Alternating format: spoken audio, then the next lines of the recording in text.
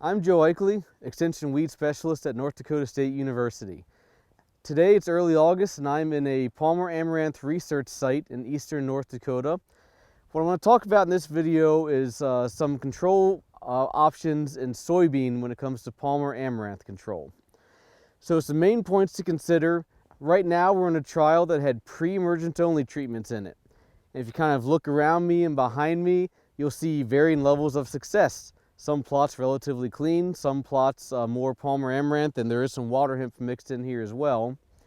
And so that I think sets the stage for what I want to talk about for Palmer Amaranth and water hemp to that point as well, management in soybean, is we're not going to get it done in one pass.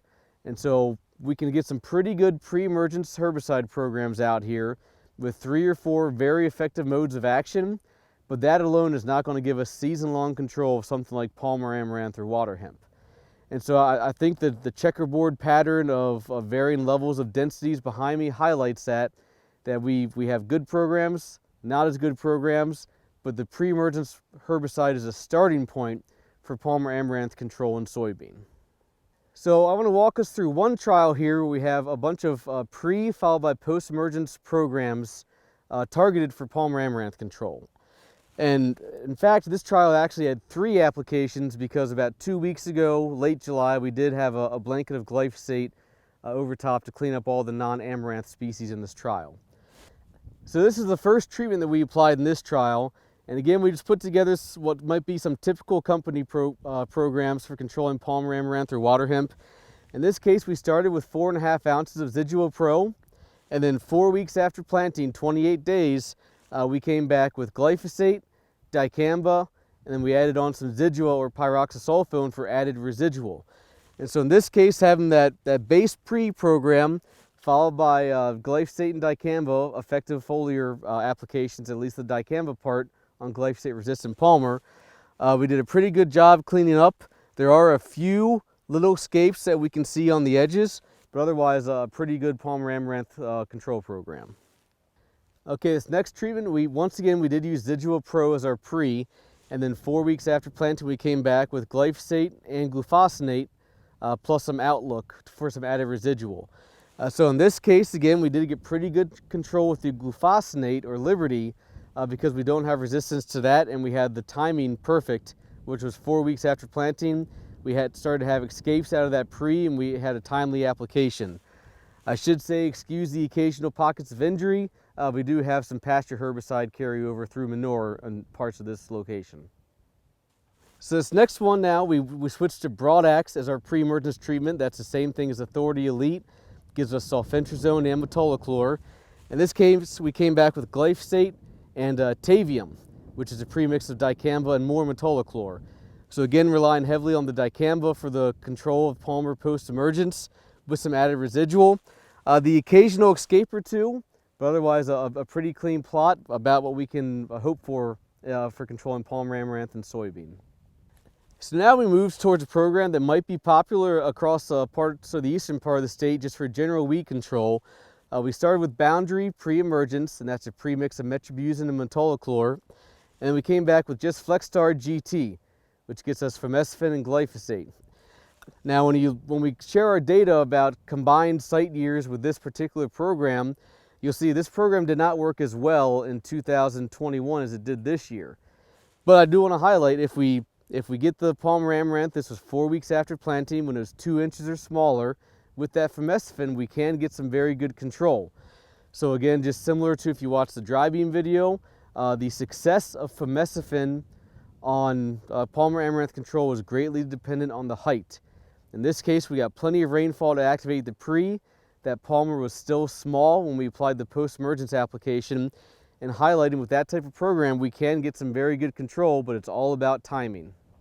Next plot here, we had Kyber pre-emergence, same product as Fierce MTZ, gives us flumioxazin, metribuzin, and pyroxasulfone.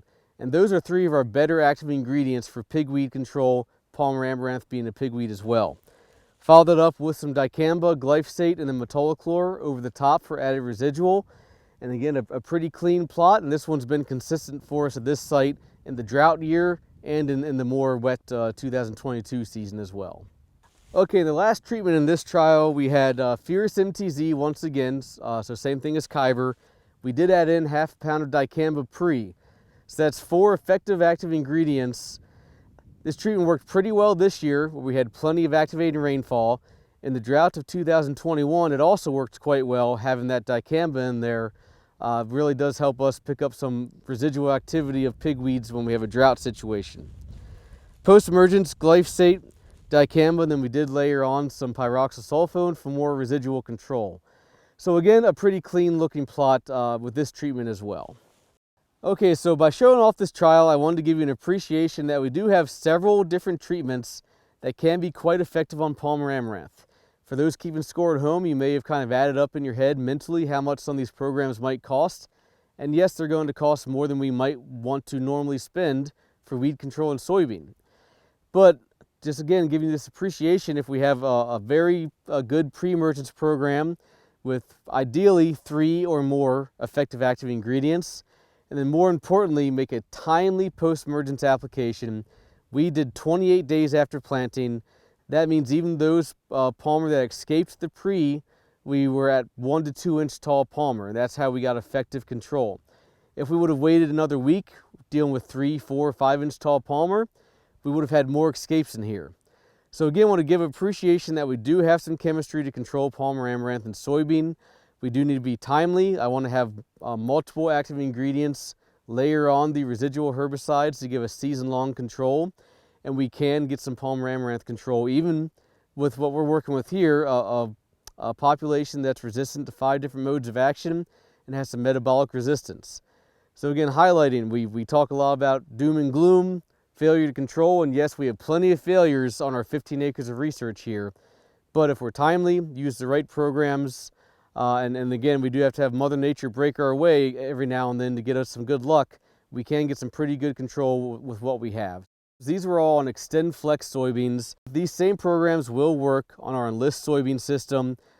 Just take out the treatments where we have dicamba pre-emergence. We obviously can't do that in Enlist.